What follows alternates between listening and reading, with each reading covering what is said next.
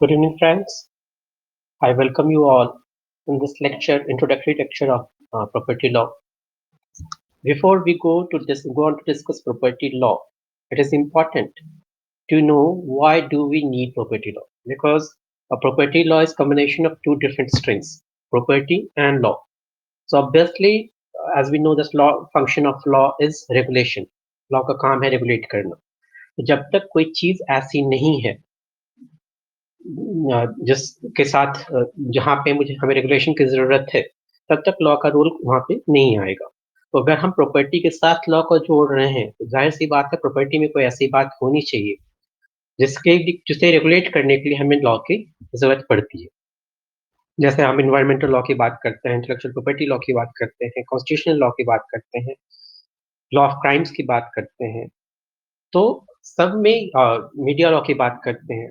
तो मीडिया एक different stream है, उसके साथ एक लॉ का कॉम्बिनेशन, या एनवायरनमेंट एक डिफरेंट स्ट्रीम है, उसके एक साइंस है, उसके साथ एक लॉ का कॉम्बिनेशन। तो इस तरह की चीजें जहाँ जहाँ पे भी लॉ है, तो हम जो लॉ का मेन फंक्शन है उसको वो अच्छी तरह से जानते हैं, लॉ पर काम रेगुलेट करना है। तो जाहिर सी बात है जिसके साथ वो जुड़ा है तो उसके बारे में जानकारी लेनी जरूरी है। तो सबसे बात पहले हम करेंगे प्रॉपर्टी की। प्रॉपर्टी आखिर है क्या, तब हमें ये पता चलेगा कि हाँ प्रॉपर्टी में क्या ऐसी कोई चीज है जिसको रेगुलेट करने के लिए हमें लॉ की जरूरत है। तो प्रॉपर्टी अगर हम इतिहास उठाकर देखें तो पुरानी कहावत है कि दुनिया में जितने भी अब तक झगड़े हुए, जो बड़े बड़े वॉर हो या घरेलू झगड़े हैं, उन सब में एक मूल कारण जो होता है वो होता है संपत्ति का, यानी प्रॉपर्टी का।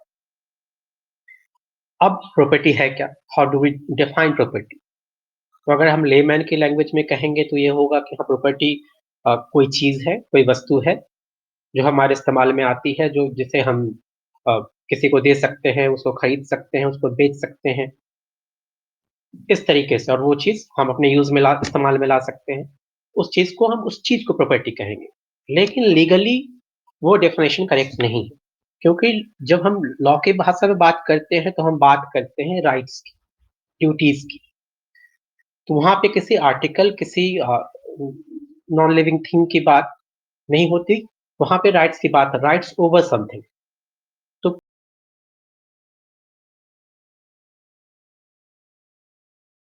ओवर समथिंग चीज होगी, और वो चीज कैसी होगी, तो जिसको जो राइट है वो राइट किस चीज से, उस चीज से जुड़ी हुई कौन सी राइट्स होंगी, उस चीज से जुड़ी हुई राइट होंगी इस्तेमाल करने की, that is right to use. उस चीज के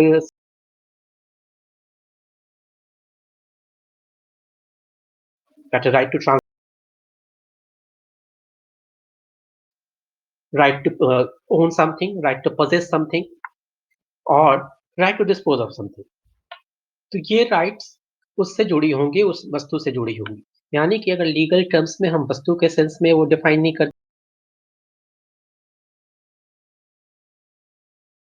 हम राइट्स की बात।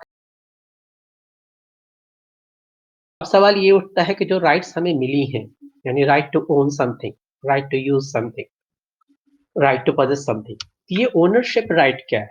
क्योंकि बाकी अगर हम ओनरशिप को समझ जाएंगे तो बाकी दो राइट्स हमें आसानी से समझ में आ जाए।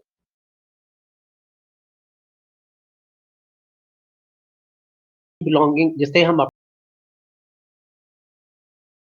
वो कैसे हमें मिलेगा? हो सकता है हम उसे खरीद कर लाएं, हो सकता है किसी ने वो चीज हम मुझे दी हो, यानी ट्रांसफर की हो। तो वो ओनरशिप का मतलब होता है कि उस पे, उस चीज पे सिर्फ और सिर्फ हमारा अधिकार है, किसी और दूसरे का जब तक हम परमिट ना करें, हम ऑथराइज ना करें, तब तक उस पे किसी और का अधिकार नहीं हो सकता। सो वो ओनरशिप राइट है। अब अगर ओनरशिप राइट है तो बाकी के जो राइट्स हैं उस प्रॉपर्टी से जुड़ी हुई, वो उस ओनरशिप से ही जुड़ी हुई है। अगर कोई चीज हमारी है, यानी if we own something, then और naturally we have right to possess that, that is उसे हम अपने पास रखने का अधिकार रखते हैं, उसे हम अपने लिए यूज कर सकते हैं, यानी कि राइट टू यूज भी वहां पे है। और चौथी चीज कि हम जब चाहें हम राइट टू उसको डिस्पोज ऑफ कर सकते हैं, यानी जैसे भी चाहे हम किसी को दे दें या उसे हम तोड़कर फेंक दें, वो हमारी मर्जी। So these are the rights over an article, और या कोई थिंग और उसी को हम कहते हैं दिस इज़ आवर प्रॉपर्टी। उस सेंस में हम कही कहते हैं प्रॉपर्टी।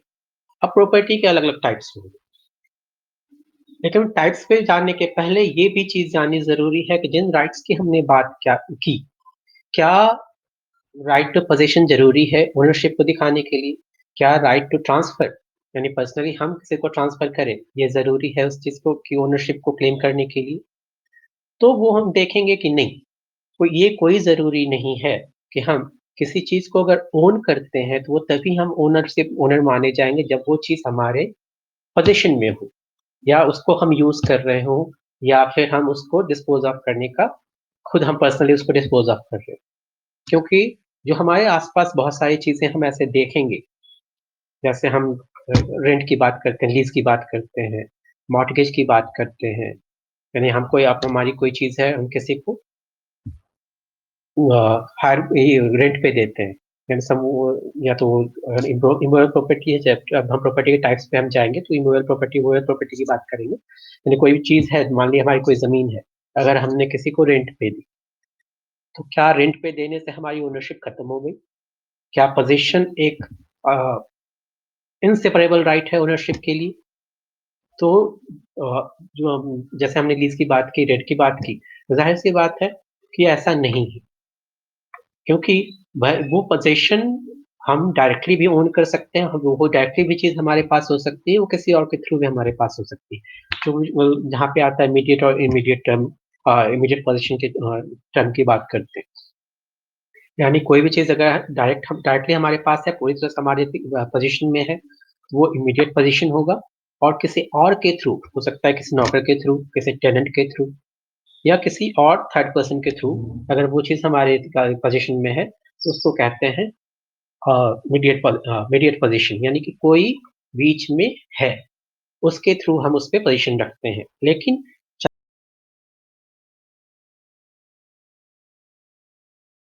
से राइट ज़रूर हम उनके पास है, लेकिन पास है और वो ओनरशिप भी हमारे पास है। यानी पोज़ीशन हमारे पास हो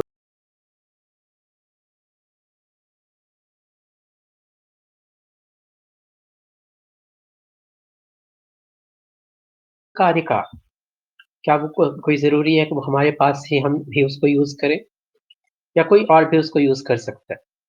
तो जैसे हमने टेनेंट की बात की या फिर किसी मैंने मेरी कोई पेन है, मैंने उसे किसी अपने दोस्त को दे दी।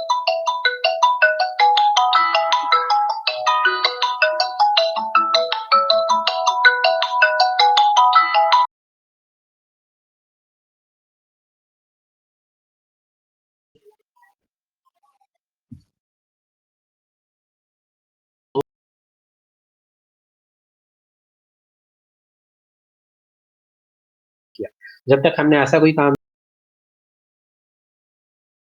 उसको ट्रांसफ़र कर दिया, तब तक वो प्रॉपर्टी हमारी ही मानी जाएगी।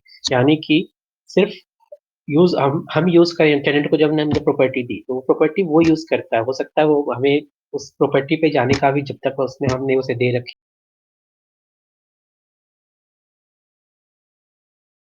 अगर वो कौन ये नहीं हो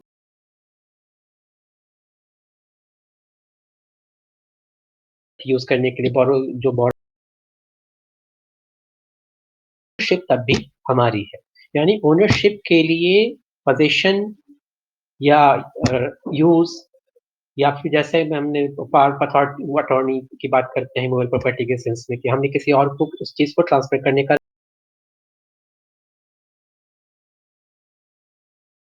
चली गई, नहीं। जब वो ट्रांसफ़र